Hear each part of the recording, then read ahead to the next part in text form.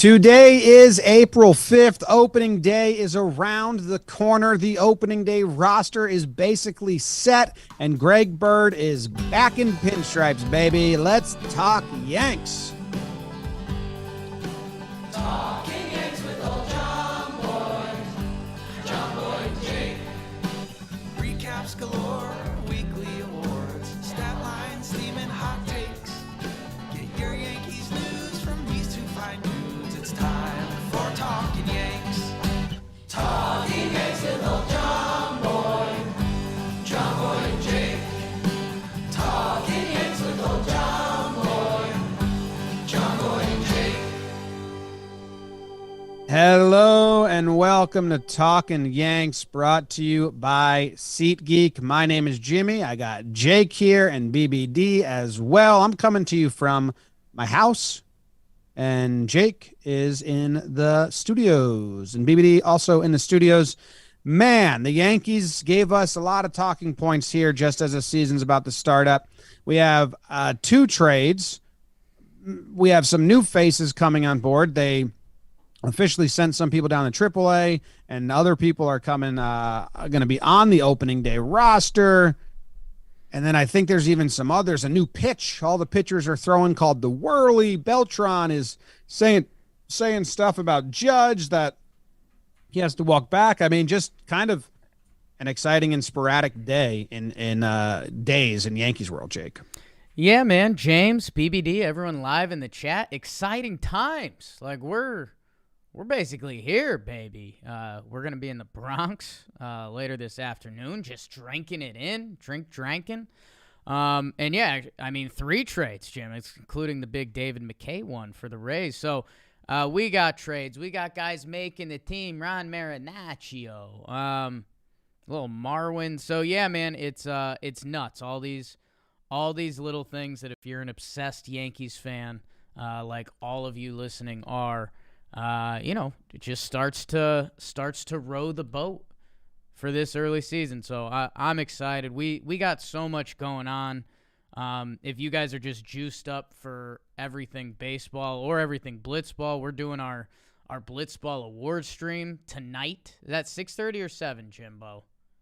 7 o'clock Eastern. 7 o'clock Eastern tonight. So we're going to be, if you've been on our blitzball journey with us, enjoy that. If you're a MLB fan, and tomorrow night the juices are going to be flowing the night before Christmas. Trevor Plouffe, who accurately predicted the World Series to the game, he had Braves over Astros the night before the season started. We are doing a live stream tomorrow night, bonus live stream on the Talkin' Baseball YouTube channel. That's 6:30 tomorrow, as Trevor Plouffe tells you who's going to win the World Series. So probably be Yanks. Don't be surprised if it's the Yanks. And then, yeah, Thursday we're going to be live streaming all of opening day. So it's here, man. It's nuts. It's nuts. Let's talk some Yanks, dude. Where do you want to start? I mean, do you want to go Cron Pod with it? Do you want to go in the order of the events? Do you want to do all the trades first? I feel like we should do the trades, right? You want to start with the negatives first so we end on positives? Because I know there's some things that we're kind of irked about.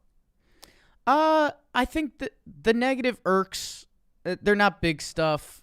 Maybe we check them midway and just we'll do like a sandwich. We'll do a happy sandwich. Sure. Let's do the trades, man. Because there's 2 new guys via trade that'll be on the Yankees roster.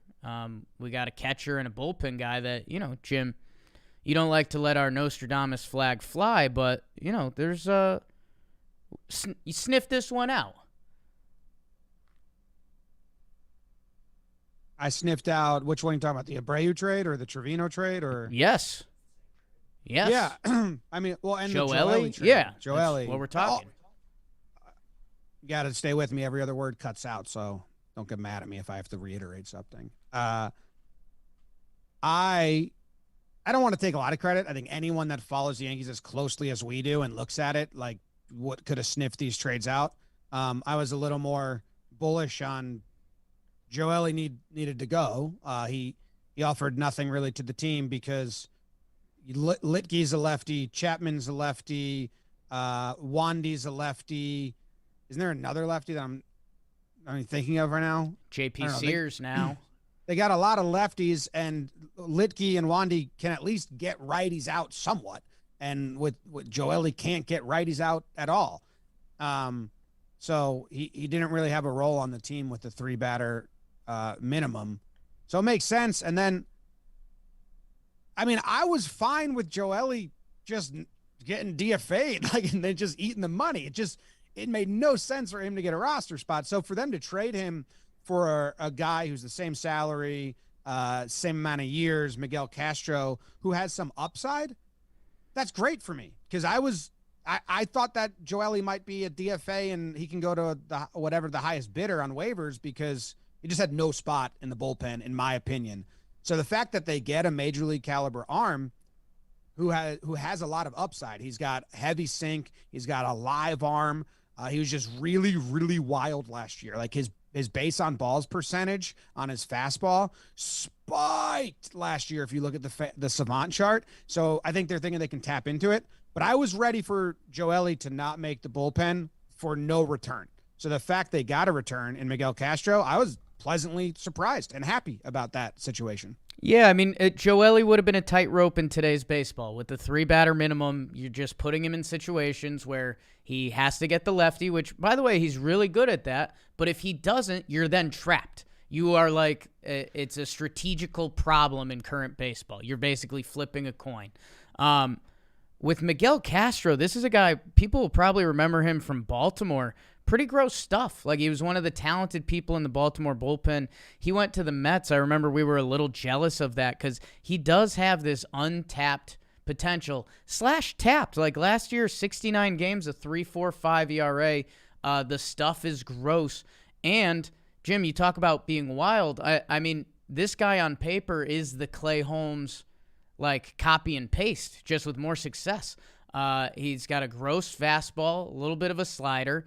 And Clay Holmes, if you remember, part of the reason I was worried if a bottom was going to fall out from him, his stats in Pittsburgh, Clay Holmes was wild. He walked guys. When he came over to the Yanks, he didn't do that. So if you use that formula and you can tap into Miguel Castro, this is a guy, he was in the big leagues at 20. He's got a lot of talent. He has high-end potential for this Yankees team that Joely just didn't have.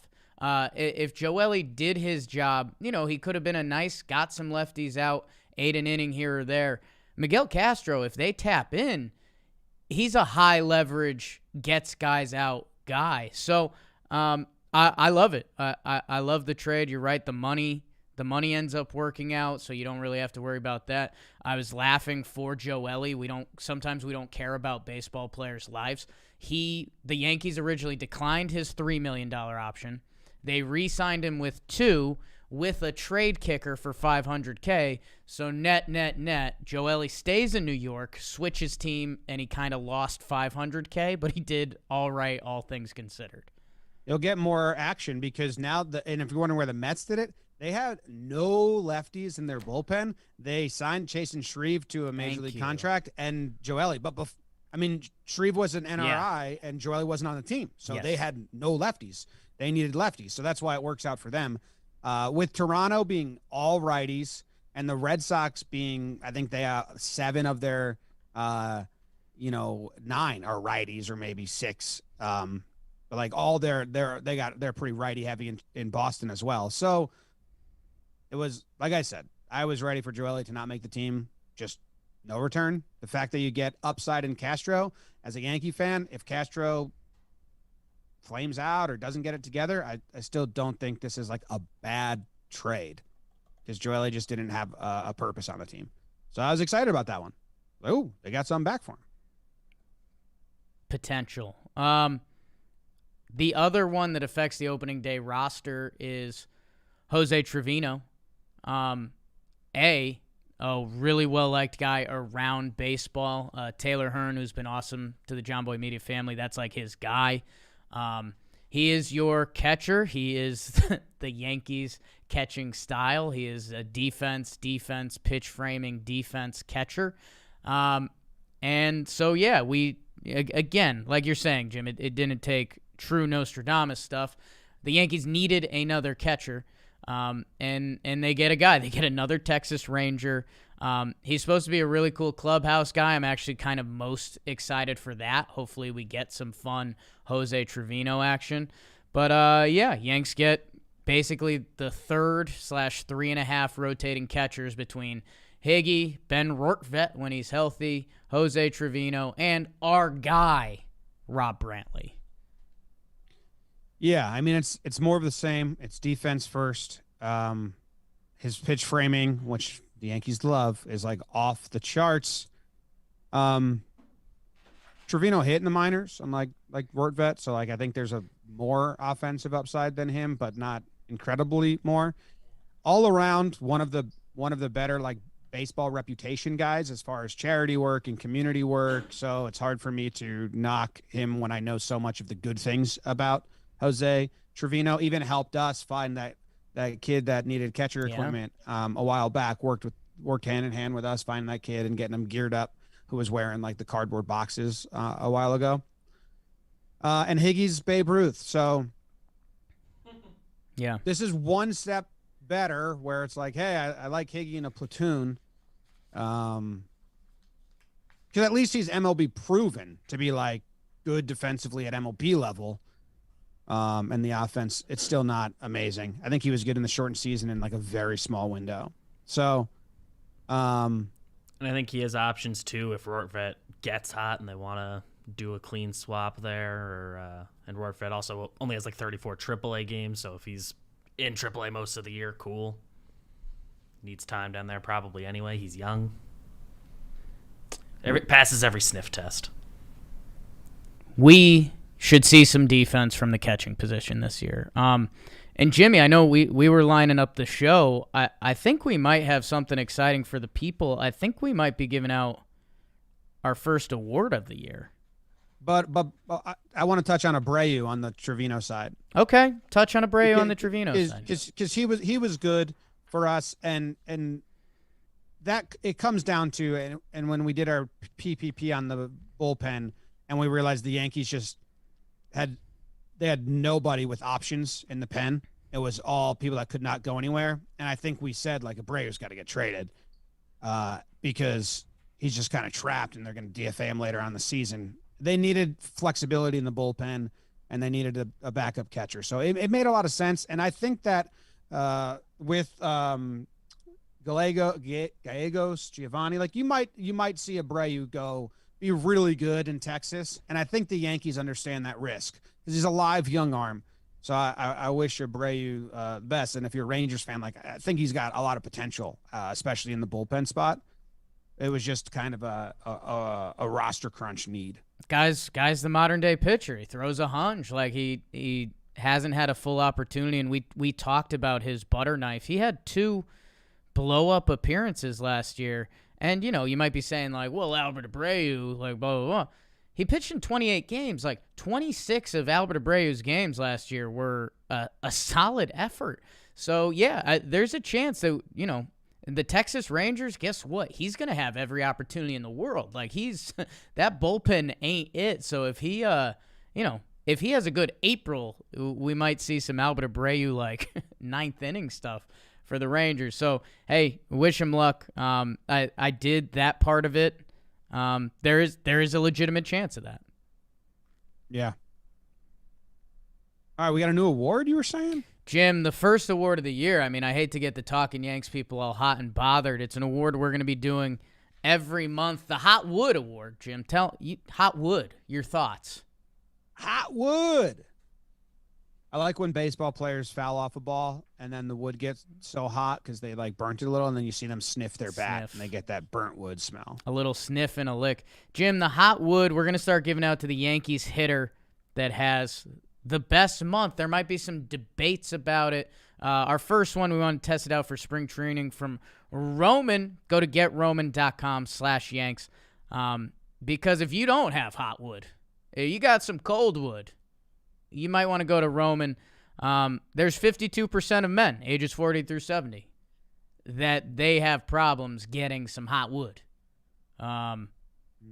It's a lot. So I would go to getroman.com/Yanks if that's ever happened to you, because you should be ready. They've got 2-day shipping, and it's free. They get you in touch with a licensed professional. All you have to do is go to GetRoman.com/Yanks today. And if you're prescribed, you get $15 off your first month of ED treatment. Make sure you're ready to have the confidence and control this fall. Be Roman ready. GetRoman.com/Yanks. Jim, the Hot Wood Award from Roman. We haven't discussed this.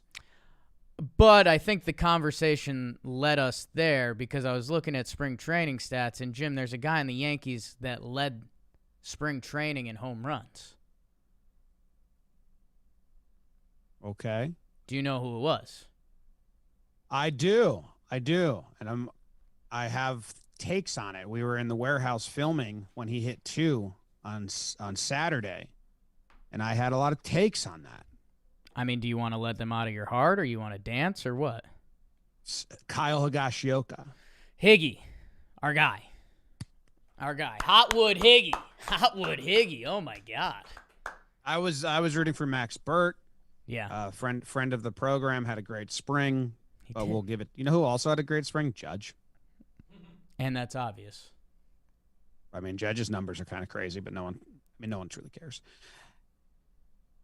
I needed Higgy to not hit those 2 home runs the last day. Really? Yeah. You don't- hit 4 to 5 home runs in spring. Excited. You hit 7 or more.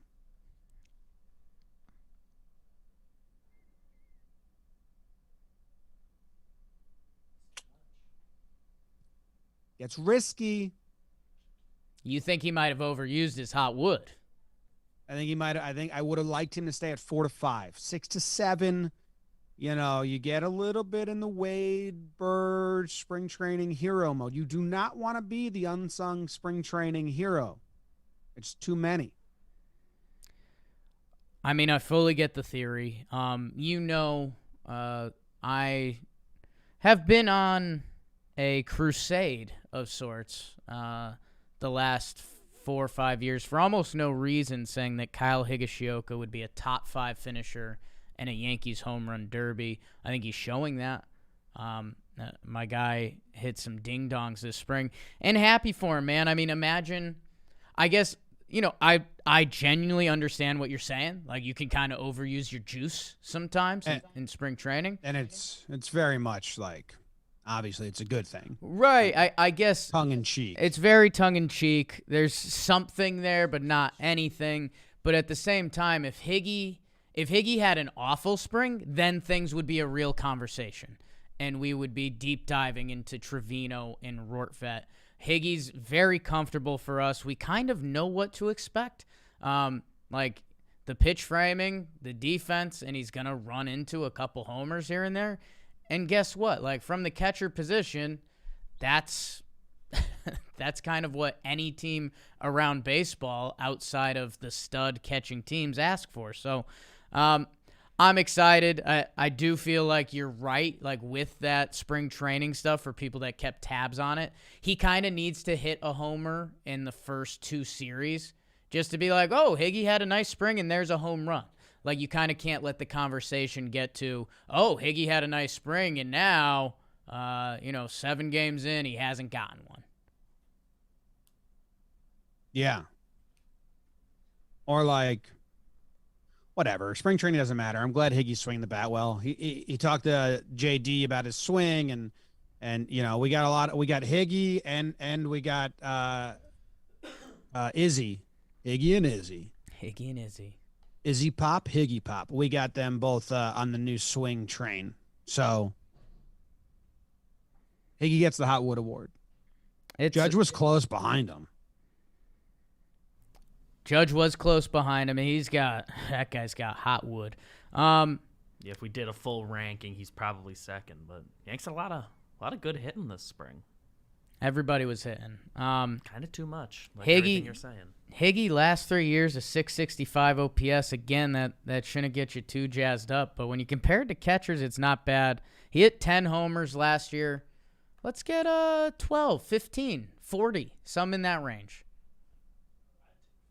Sure. I mean, there will not be a world where I'm judging Higgy's season based on the home runs he hits, but sure. Don't tell him that. 40 homer season? I will tell him that. Okay. All right, where should we go next, Timbo?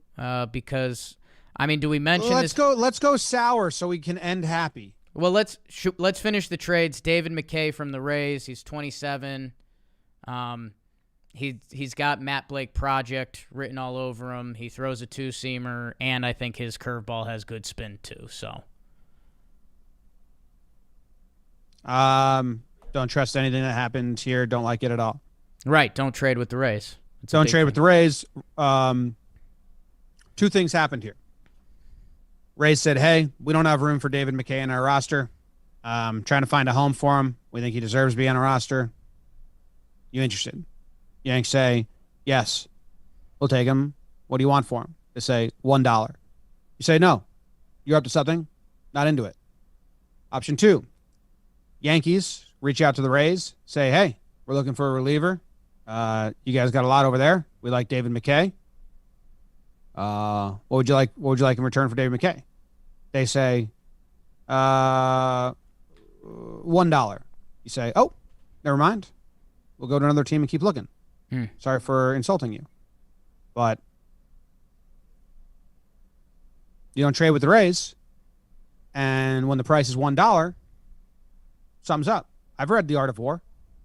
This is the biggest head game the Rays have ever played with the Yankees, and will lead to some form of sabotage. And I just don't understand how they don't understand. You don't trade with the Rays. And that was the David McKay trade.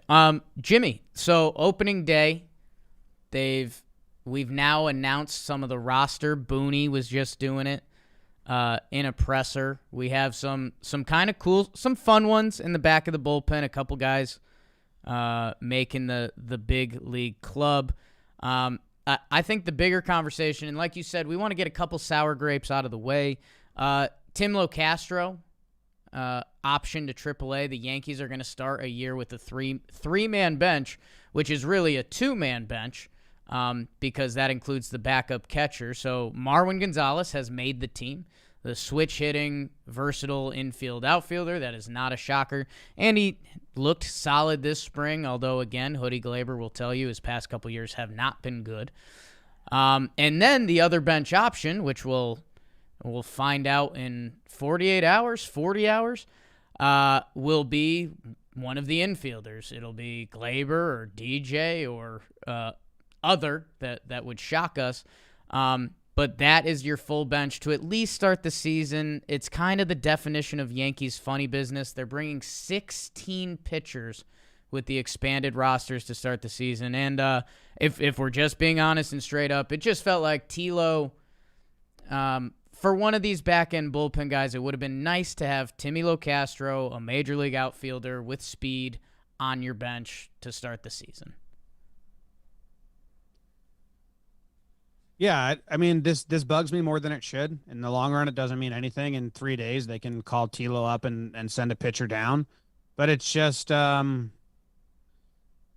more where the analytics team, the Yankees, don't care about the mindset of a player at all.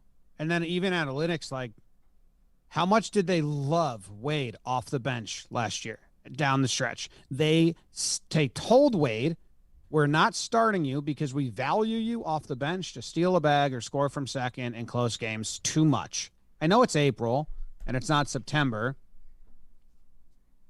but you can use Tilo to do that every single game. Why the fuck do you need 16 pitchers? And then, like, from a mindset, how much better does it go for, like, Tilo or whoever else to, like, make the opening day roster and be utilized and be part of that rather than, you know, put a dude up who you're going to DFA or send back? I don't know.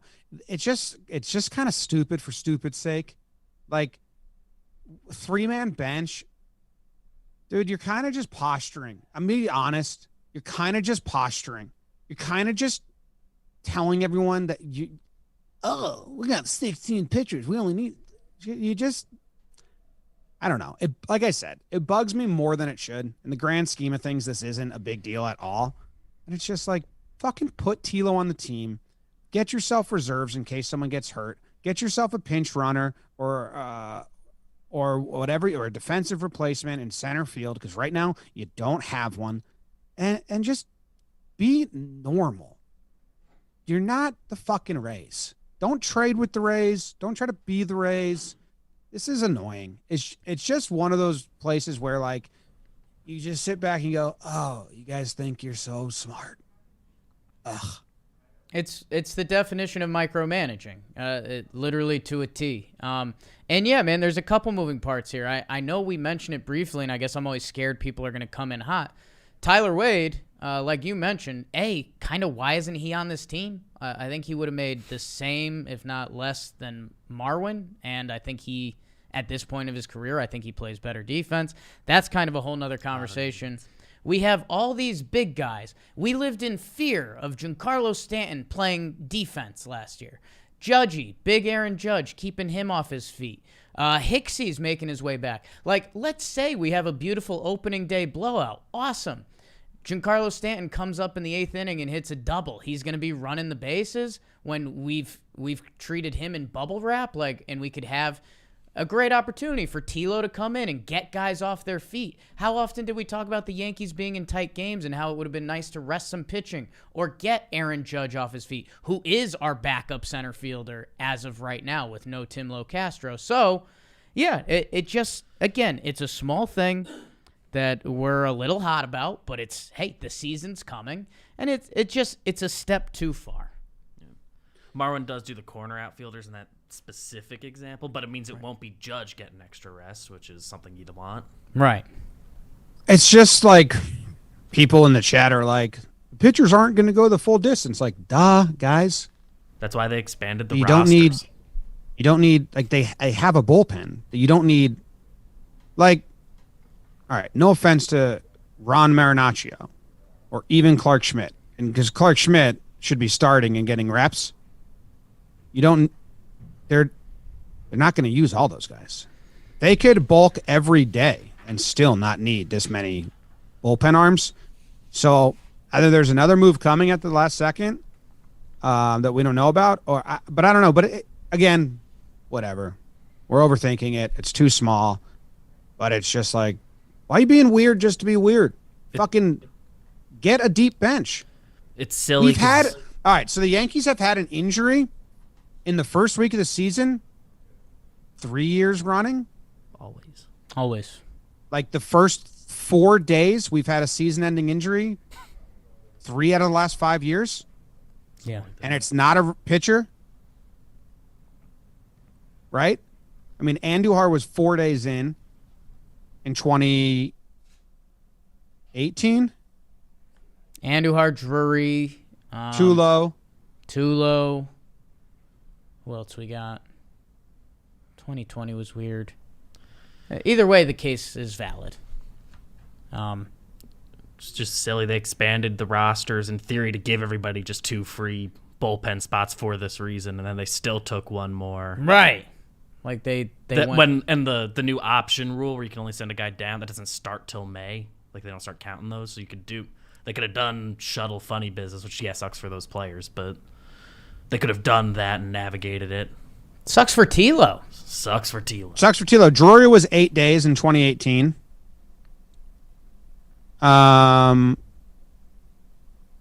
Tulo was 6 days in 2019. In 2020, did we have anyone? I mean, it's a weird year. I think Andujar was 3 days in 2019 as well. Yeah, it was 3 days in 2019. Greg Bird foot. We'll talk about that. Yeah, man, it's it just seems a step too far. And I will say, so I think that's out. The Yankees are placing a couple bets on the bullpen, and there are some fun stories there. So I think we should talk about that. And if you want to make some bets coming up on opening day, go to the DraftKings Sportsbook. It's an official sports betting partner of Major League Baseball. How about that? You can bet $5 on any team to win, and you get $200 in free bets if they do. If you believe Garrett is going to do it on opening day, bang biscuit. I think the Atlanta has the best odds. $5 to win $200. They've got their free-to-play pools. Download the DraftKings Sportsbook app now and use promo code JOHNBOY. Bet just $5 and win $200 in free bets if your team wins their game. That's promo code JOHNBOY at the DraftKings Sportsbook, an official sports betting partner of Major League Baseball. 21 plus, restrictions apply. MLB trademarks used with permission. See show notes for details. Check out the disclaimer below. Jimmy, these extra guys in the bullpen, there is a crew that was locked. Chapman, Laza, Chad, Clay, Wandy, Miguel Castro, Lucas Litke. There's 4 guys after that. A couple we thought would be locks or should be locks, depending how they stretch them out or use the season. Michael King, our king, my king. Clark Schmidt, who's an interesting conversation. Booney just said he's stretched out to 70. He's kind of the potential piggyback blowout guy as of now. Another lefty, J.P. Sears, makes the team. And then the new pride of town, Tom's Rivers, Ron Marinaccio. We asked Todd Frazier for the scouting report. He said a lot of heart if he's from Tom's River. So those are the 4 guys that are in the back of the bullpen, at least to start the season with the expanded rosters. So those last things again? Those are the 4 guys in the bullpen to start the season with the expanded rosters. Yeah, J.P. Sears and Marinaccio came out of nowhere. Banuelos really seemed like he deserved the spot. And then Clark Schmidt, I was really surprised that they put him on because he's got a lot of promise as a starting pitcher, and I thought they'd want to keep him down to get reps. Where Heel seems like he will be a reliever when push comes to shove eventually. And yeah, but again, doesn't really matter. But good for J.P. Sears and Ron Marinaccio. See how long it lasts. Yeah, man. I mean, they made the MLB team. It's as cool as it gets for, especially Sears and Marinaccio. Schmidt's an interesting one. What was the quote, BBD? Like the Boone thing. Quote, yeah. They said he was stretched out for 70 to 75, I think, right now. Seems like they're going to piggyback him off Nestor unless a blowout happens. So, yeah, Schmidt's your best bet because you're right, Jim. I think they want to keep him stretched out. I think Clark Schmidt has a 50, 60 pitch day in one of the first series of the year, and then they probably send him back down to actually start. And then, we'll see what goes on with Sears and Marinaccio. If you're a Yankees deep cut person, you've heard these names before. Marinaccio got 40, man. J.P. Sears was a trade, right? I think he came from Seattle, something like that. I forget how they acquired him, but it was some sort of. I think he was also Rule 5 protected. Did you hear Boone's quote about Sears? I don't know. You tell me. This is where that the Yankees I forgot like the season is starting, and all right, hold on. Apparently he elaborated on this, so let me just make sure I'm up to date. Okay. So this is weird. So Boone told J.P. Sears he made the team, right? And J.P. Sears told Meredith that, or the Yes Crew. And everyone was celebrating for him, and it was happy for him. J.P. Sears made the team. They interview Boone after that and say, hey, Sears told us you told him he made the team. And Boone said he's likely on the roster. We'll see how the next 24 hours unfold. It's like, what? But he just told us that you told him. Yeah. And that's the length of Boone just never giving an answer to a question ever goes. Like, you just told the kid he made the team, but you won't tell that to us, even though he told it to us. And I just forgot how the media works in the Yankees land and how much, like, you will just never hear a straightforward answer out of Boone. It's so weird. Hoodie Glaber quote tweeted and was like, Boone won't even tell us a decision that he's already made. And then I guess he clarified it that said something may happen with the 40-man spot. But then, I mean, if something may happen on the 40-man to bump Sears off the opening day roster, you shouldn't have told him he was on it. So I don't know. What weird vibes this whole like roster crunch has been. Yeah, and that's the other thing that's tied to this that we'll see if anything happens is the AAA season does start today, which normally it starts like 2 weeks in, a week into the Major League season. So maybe there's some weird, funny business we don't understand around that. We'll see. But yeah, and just, to tell people, because you may be seeing them, Ron Marinaccio had a monster year last year across AA and AAA, 66.1 innings, 105 strikeouts. So, maybe that guy's got some juice, a Jersey guy. And then JP Sears, he was starting and relieving 18 starts last year. And he actually crushed AAA. He had a 2.87 ERA with 53.1 innings. So we'll see what it all really means as it comes through. I mean, congrats to those guys making the team, and congrats to the Yankees on getting the funny business started early. Yeah. We love that. Any other roster stuff? I mean, we touched on Marwin. Do we need anything else there? No, I'm really excited by the starting 9. The lineup? Yeah, I'm genuinely like spring training hopefulness has like come full circle. I do think they're better than they were last year. Not as good as they could have been, but I mean, I'm all in on Donaldson and Rizzo. I think the team identity is much better, and I'm hoping we see that in the first 2 series. I agree. I like when I watch games and they show Donaldson around the clubhouse and chirping and talking, and even the way he swings and runs the bases, and it's just like a different vibe. And Voit kind of brought that, but then he was injured a lot, so hopefully Donaldson doesn't get injured. I like Rizzo as like the calm, steady, and then we got the aggressive guy. Judge, I think, is going to go fucking off this year. Contract year, fighting with the Yankees right now. I think it's going to be like he got that Jeter in him. I think he's going to be like, I'm going to fucking show you guys what I'm worth. I'm getting very amped up. I'm believing in upside on the lineup big time. Yeah, it's that time of year. You're right. Donaldson and Rizzo kind of have like the new parent uncle vibes on the team, like depending how you label like Judge. Rizzo, the calm one. Donaldson will get hot on you if you need it. The way he pimps home runs is really cool. Yankee fans are gonna love that.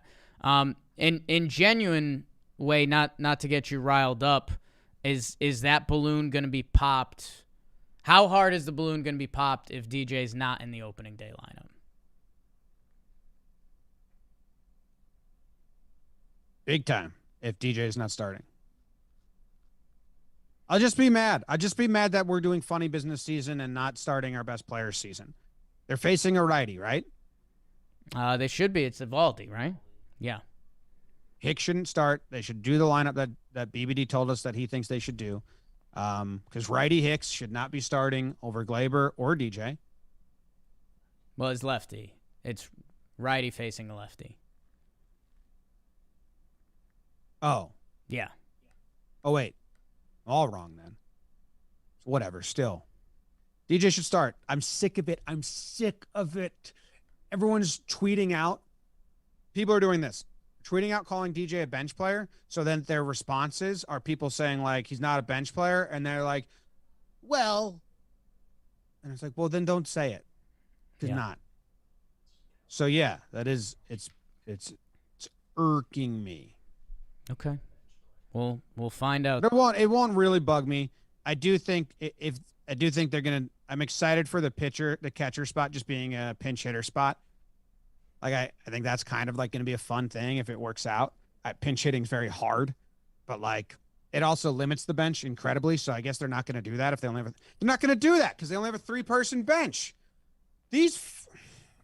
No backup Yankees shortstop. funny business. It's Yankees funny business. Why you have a 3-person bench Why would you do a 3-person bench when you don't have any offensive catchers? And if it's a big spot and the catcher's up, you should pinch hit a guy on the bench and then bring in the backup catcher. But then you're going to fucking use 2 people on your bench, which is 2/3 of your bench, because you're not using a 4-person bench, which every team should fucking use. Yankees, funny business season. Think they're so smart. Do dumb shit. Yankees, funny business season. Think they're so smart. Do dumb shit. Just be normal. Just be normal, please. And there's 5 minutes for Yankees fans to feel the emotions of opening day. We've got Jim. We got a few more things we got to chew through. I mean, they're gonna make another move. They can't be that. They can't be that dumb. Greg Bird sighting, Judge extension. If we want to go here, the whirly, Jim, and that's all from our friends at SeatGeek. People, baseball's here. Baseball's happening. Go to SeatGeek. Get yourself some tickets. You get $20 off tickets at SeatGeek with promo code Yanks. If you don't know what SeatGeek is, I mean, come on, people. Ticketing app makes buying tickets super easy. You're going to games, full house opening day, and they do concerts and other stuff. But I mean, let's go watch the Yanks, babe. And it's backed up. Every ticket is backed up by their buyer guarantee, so you can shop for tickets with confidence. They've got the hookup. We've got the hookup. It's code Yanks, $20 off tickets at SeatGeek. $20 off your first purchase with promo code Yanks. Make sure you click the link in the description to download the app. HTTPS. I love saying that sometimes. SeatGeek.onelink.me. Oh, my God. That's the link in the description. Just go check it out. Thanks, SeatGeek. Where do you want to go, Jim? They're sign Gardner or do something. Okay. Make room on the 40-man. Bring Benuelos up. There's got to be something going on. Oh, Jim. It's hours before opening day. Aaron Judge extension. Aaron Judge captain. Brett Gardner signing. Roll the ball out there.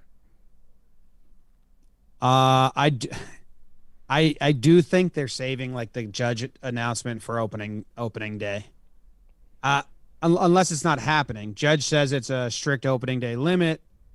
There's rumors that the Yankees made their offer. Beltran spoke on the air, acting like it was already signed. I mean, we reached out to people we know and said hey, what was that? And they said he truly just spoke out of turn. And just didn't say the word I hope. I don't buy that. I mean, I'll just be very honest. I mean, I trust the people that we ask, and you should probably buy it. I'm a cynical person, but the way Beltran said it, he at least knows what the Yankees offered via rumor. Maybe he does. Maybe he forgot that Judge didn't sign it, because he says a sentence there that's for the Yankees to extend him for that long means they really believe in him and will build around him. So maybe he spoke out of turn and his hope is that Judge accepts it. But you can't get me to believe he doesn't know more than the public about the offer being made. Yeah, and it's I think the part that might make it really, really funny, I mean, if in the next 48 hours there's a Judge extension, we're like, hey, Beltran, you had it. Let's be honest. If they don't, which we haven't really thought about, it becomes a whole nother conversation, because Judge has adamantly said, Aaron Judge after that game gave an amazing Aaron Judge press conference where he's like, haha. He laughed it off and, just brushed it off the shoulder in the best Aaron Judge way. But he also said at the end of that statement, he was like, the deadline is opening day. So if we get to opening day and they throw that first pitch and there is no Aaron Judge contract extension announcement, now all of those emotions, everything we felt, we were here in the office, we were recording, we came out, and everyone was like, wait, Judge? Did Beltran just say that? Is that real? And then if opening day gets here and it's not, that's going to be a totally different feeling in the pit of the stomach, and kind of changes the dynamic of this whole year. So I'm with you, Jim. I mean, the way Beltran delivered it, it's like, what's up, dude? It doesn't happen. You can't say all of that if there's nothing. Hey, maybe it was one of the weirder gaffes all time, and it'll go as a bizarre note of the season. But yeah, I don't know. Yeah. I suppose there's like a chance with like his, because it's in season ARB hearings this year with lockout stuff. Like there's a world where it can still happen after opening day. Obviously, judges said opening day because the fake deadlines are how things work in baseball. But just Good for him. Everything's weird. They got to go to ARB, which is July or something. Yeah, I don't know. And then Greg Bird's in AAA, so expect to see him for a game or two on the Yankees this year. Greg Bird, I got all my thoughts out via Twitter. I know playing-wise, he left a bad taste in a lot of people's mouths. Some weird injury stuff. I mean, go look into it. Voit straight out hit him, outplayed him. It goes back to one of our favorite sayings here at Talkin' Yanks. Root for guys in pinstripes. If and when Greg Bird gets the call this year, root for that guy hard to find the porch a couple times. Let's have a couple moments. Because, man, you talk about full circle and, life finds a way. Greg Bird back at AAA for the Yankees. And they needed some first base depth. Their only guy right now. We talked about that. Their only guy is Ronald Guzman right now, another Texas Ranger. Are you fucking kidding me, Cash? So we will see. I mean, as the injury train begins, whenever it does this Yankee season, Greg Bird will be on call at some point, and let's hope he finds the porch a couple times for the Yankees. And he was an OG nice to us guy, so I admit we have some bias there. He was really good at AAA last year. Yeah, he had a nice year. Whatever. Jim, and I think the final thing, unless I'm missing anything, and this ties into some toe in the slab with David Cohn and Shackle. They've been talking about this. The Whirly. Whirly. Some fun stuff going on. Lindsay Adler with a great article on it. Jim, you're kind of my Whirly guy, so I'll let you run. It's like a new slider type pitch the Yankees are throwing. Other teams call it a swerve, but it's like a science article, so I was kind of like halfway. I was like, fuck this. Right. It's like there's some term they're using, like seam break, science word. Seam shifted wake? Seam shifted wake, yeah. Yeah. Where I understand the other term, they say like Cole slider is a bullet slider, just tight spin. But this one they think like you shift the seams and then it like a wake in the ocean, I guess, like turns back. I don't know. But they're all throwing it. And it started with Waldachuk, the Big Deet, and Sessing, what's his name? Wesneski in the minors, who had great years. And then Nestor said he threw it in 2020 and he couldn't figure it out for like a month or so and then finally got it. So you see Sevy throw it now. You see Loizaga throw it now. They hold it just like a two-seam fastball, but then throw it like a slider. I believe like Corbin Burns' cutter and Lance Lynn's cutter are like that as well. Because I know Pitching Ninja always jokes about Lance Lynn's cutter. Like, yeah, he's throwing all fastballs up there, except that cutter, which is just a slider. She throws 30% of the time, basically. Yeah. So, pitches and names are all just nonsense anyway. So it's like a loopier slider. So it's like a swerve. They're calling it the Whirly. I like that they have a name for it and that they're like, it's like an identity in the pitching staff. So it's a good article. I mean, I'm kind of talking about it just because it's too sciencey for me. I did enjoy the article. It was Lindsay Adler wrote it on The Athletic. Yeah, we'll see. I mean, Nestor Cortez has always been throwing a Whirly, just nobody's told him. I mean, that's what happened there. Yeah, for Nestor, it's cool. They talked about how, like, when he goes sidearm, his fastball is like 4 feet of run, but it's just horizontal because it's just a fastball. And then this pitch has a bunch of, top to bottom. So he's covering a lot of the quadrants with just 2 pitches, and then he does have some other pitches and other stuff. So I don't know if you're pitching nerd or you just want to understand the dynamics of it. And if you know anything about like science, you'll grasp it better than I do. If you like science, you're going to like that. I think that's kind of it, Jimmer. Anything else we need to get out? We'll be we're live streaming Thursday for the Yankees game.